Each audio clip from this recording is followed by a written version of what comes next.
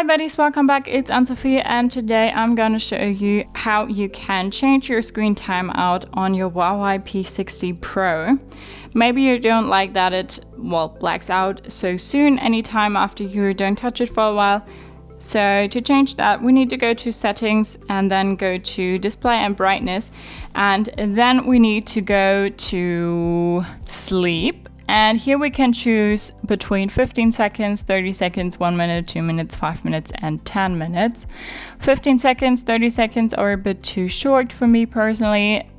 And 5 minutes, 10 minutes are a bit too long. I always set it to like 2 minutes.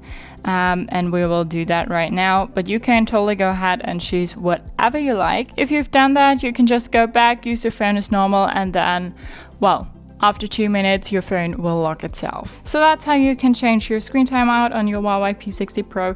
Hope you liked it, hope it helped. If so, thumbs up, share, and subscribe, and I hope to see you next time. Bye.